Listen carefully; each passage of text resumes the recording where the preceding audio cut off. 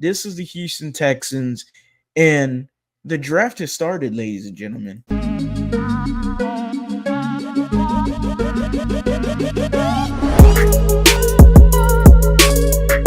What is going on, everybody? Welcome back to a brand new episode of The Lead. Your host, as always, Harley Dugan. Let's get into another mock draft, ladies and gentlemen. This is the draft season, so we are going to be doing lots and lots of mock drafts. We are going to be doing some breakdowns with some of the prospects, who could be some prospects that the Houston Texans could be looking at. There's going to be a lot of draft content in the coming weeks, so usually y'all are fans of that kind of content.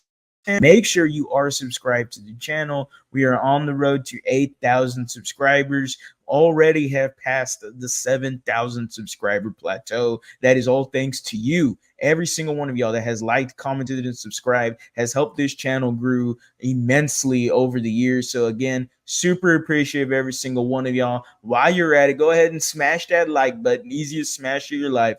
Go ahead and comment down below. How do you feel about my mock draft? This is 2.0. I already did one a while ago. Now this is mock draft 2.0. We're going to be probably doing these weekly or maybe twice in a week. Who knows? But there's definitely going to be a plentiful amount of mock drafts and draft content on this channel. So without further ado, let's go ahead and get into it.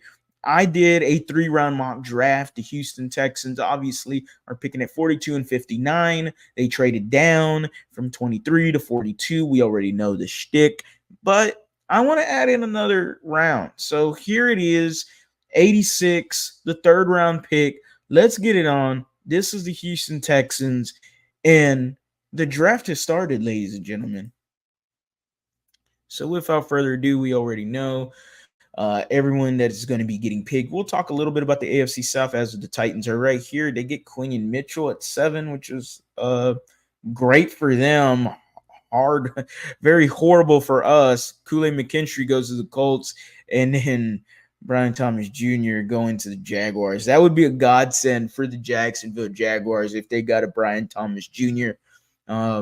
Overall, I do not like those guys in the division for the Houston Texans. So, with that being said, again, we are at 42, and we are coming up. We're closing in. Titans get Realm and Wilson. We're closing in, and we are on the clock, ladies and gentlemen. We are on the clock, and now what is the pick?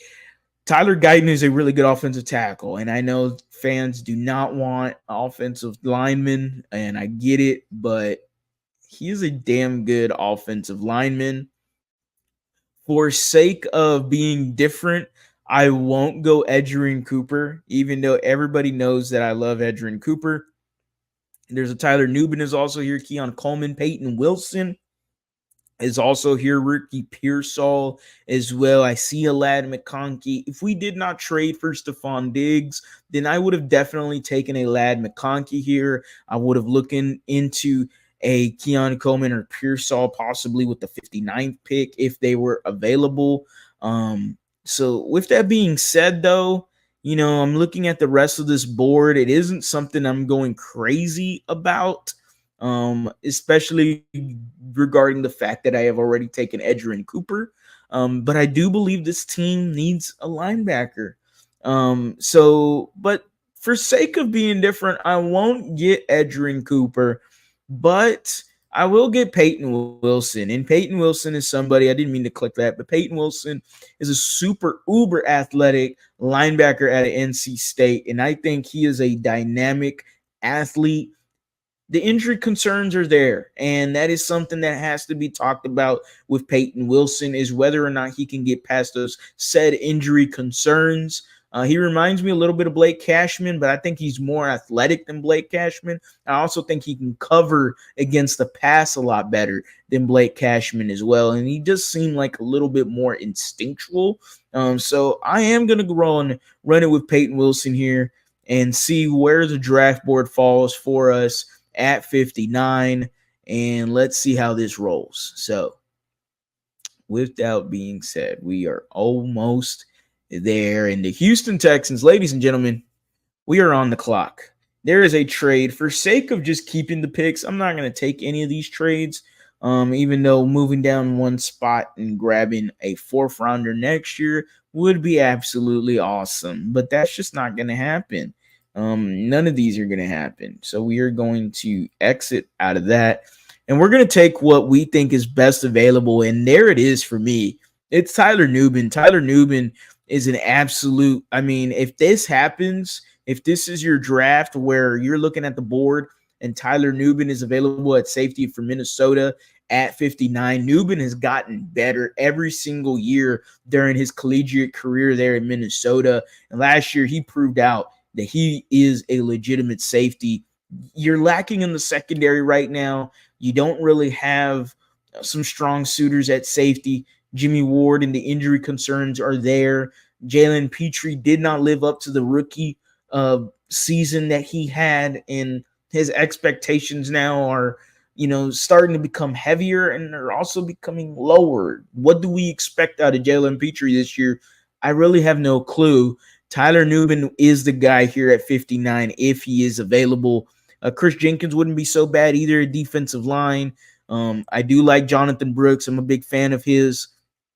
Other than that, I do like Xavier Legend, but again, we've already got a wide receiver.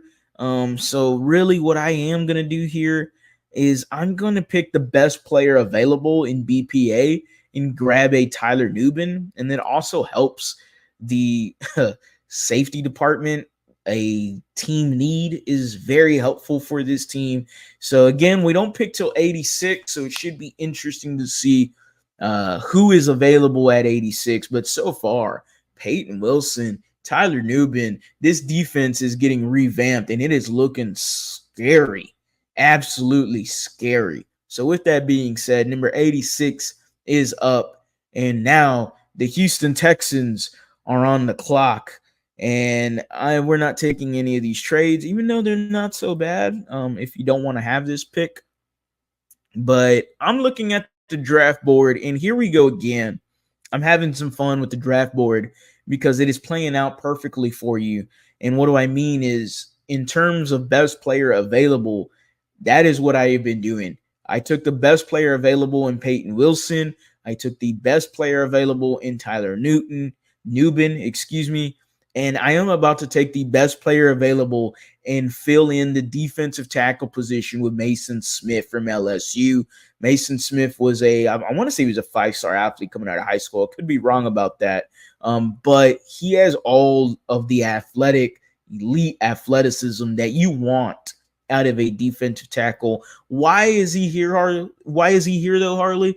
Yeah, he's supposed to go around 66. He fell to you in the third round. I can see this happening. If anybody didn't check it out, Jordan Reed mentioned Mason Smith as an underrated prospect coming into the NFL draft, really because of his injury history. A lot of teams have fell asleep on him, and ultimately, we've seen Nick Caserio take chances with guys that were really good athletes coming out of high school. He's done it multiple times in previous draft classes. I could see him doing it again with the Mason Smith. Again, athletic guy. You're looking at someone, I believe he's like 6'5", 6'6", 315, 300.